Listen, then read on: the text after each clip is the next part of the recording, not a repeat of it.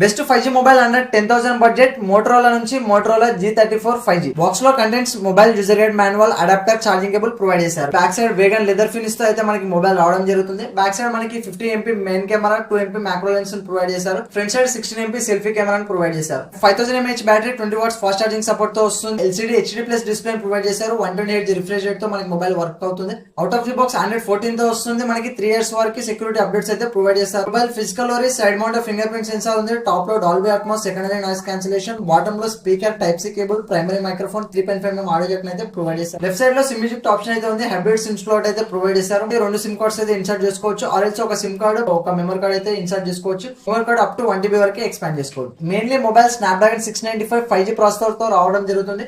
So ఈ processor మనం 15-16 కే budget mobile అయితే చూస్తాం. బట్ వీళ్ళు 10,000 బడ్జెట్ లోనే మనకి స్నాప్డ్రాగన్ 695 5G ప్రాసెసర్ తో మొబైల్ అయితే తీసుకొచ్చారు. Base model 4GB+ 128 11,000, 8GB+